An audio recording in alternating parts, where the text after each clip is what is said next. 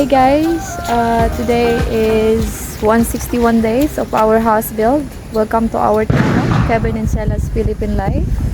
So we never expect that someone will work in our property, but I think our electrician and together with his crew is working even though Christmas break. So he just sent us message in the morning that they are here in our house, in our property right now. So we just came, and that's also some labor money, so we come here to pay and to check also because they're gonna do some of our submersible pump. They will put the control switch, the sensor. So okay guys, let's see. So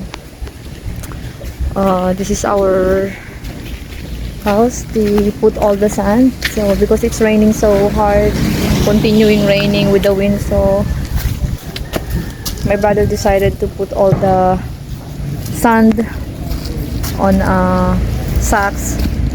So that's our sand. So when they come back, I need to order sand, gravel, crushed gravel, and cement, because you know it's not good to stock some cement, it's becoming not good, and some rerad also. So because they are almost finished now on our ceiling, so after that they are working our retaining wall together with the fence, so and tile work also. So this is our generator and water room. So yesterday Kevin is checking our door because he's not happy to our steel door. So yesterday we bought some water closet, 3, one for lavatory, one for the main bath, and one for the master baths. And I want to show you guys, this is all our ceiling fan, lights, all the electrical that our electrician needs to install. So he wants to bring here, so because even though Christmas break, they want to work here, so just like that. So that's our ceiling fan. We have a ceiling fan for each room, 1 for the bedroom and 3 for the patio. And this is the lights for dining room. This is our kitchen island, and this is, I think, all the lights, all the recessed light. That is our voltage regulator, that one, and some panels. So this is our stock room right now. These are all the windows that need to be installed because we hold the installation because it's not safe, and they need to paint and to finish the ceiling. So that is our electrician. They are now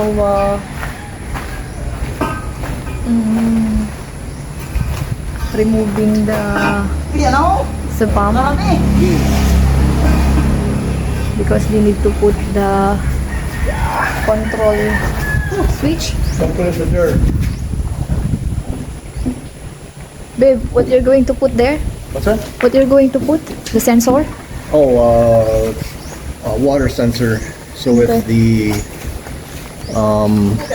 water level goes down in the well and it drops below, I think we're going to set it. Oh my god, the water is on the pipe. Upper. Yeah. Yeah, it's almost an artesian well. Yes. Yeah. So if, anyway, the switch that we're adding is if the water level in the pipe goes down and there's no water surrounding the pump will not come on. That way it doesn't run dry and burn up the pump. Okay. So they are installing now, guys. Our electrician and his 2 crew. So they remove already the submersible pump, and they will put now the wiring and the sensor. Yeah. Okay.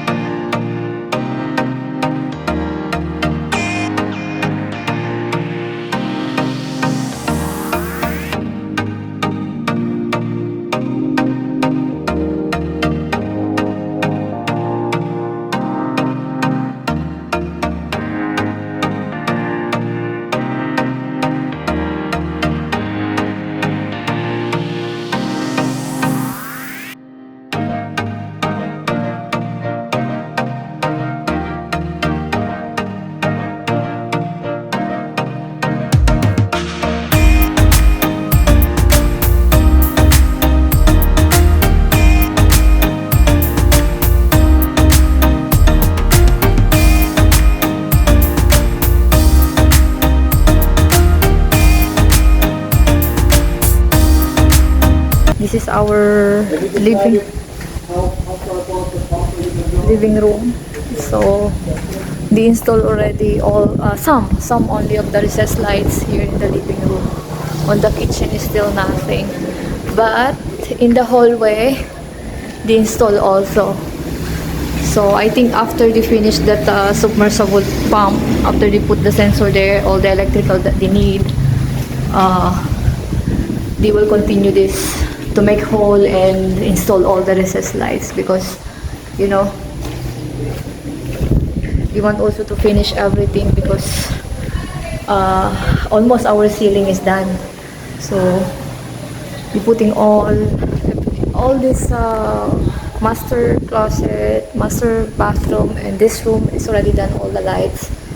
So but in our patio is still nothing. So that's why Kevin is there. So we just come here just to check our what they're doing, because the electrician sent us message. So this is our deep well that the putting, and that's it. So we're putting now some wire for the control switch that Kevin explained it a while ago. So that's it, and I will show you guys our there's one guy staying here in our property. We will pay him. We will pay her. We will pay him every day. That is Kuya. So he's staying here after our workers come back. So he's only one. I think he just bring his wife. So they are here. They were celebrating the Christmas here.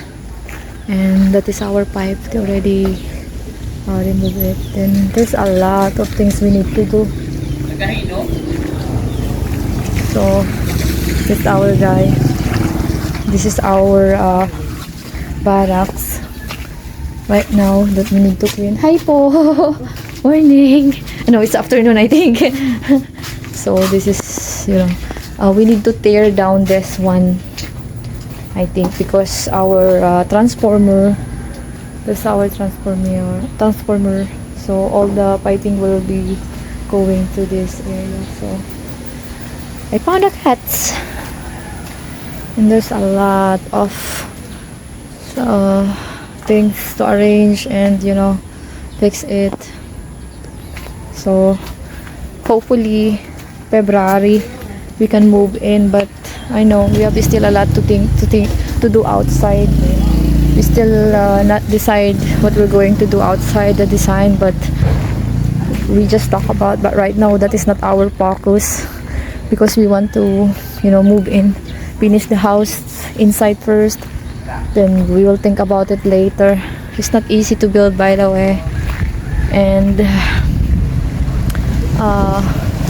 that's it. And for all of us, we can say Merry Christmas to you guys.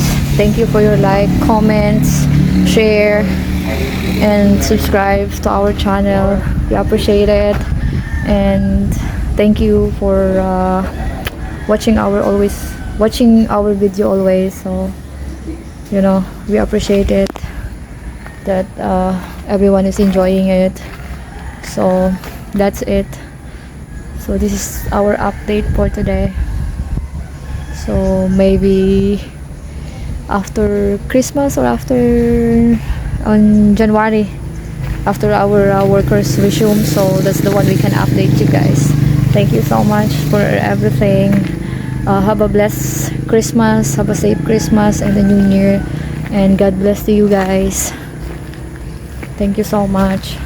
And we're gonna say, I will find Kevin. So what's he gonna say?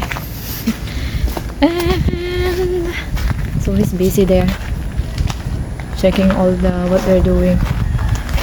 So babe, say bye. Okay, bye bye.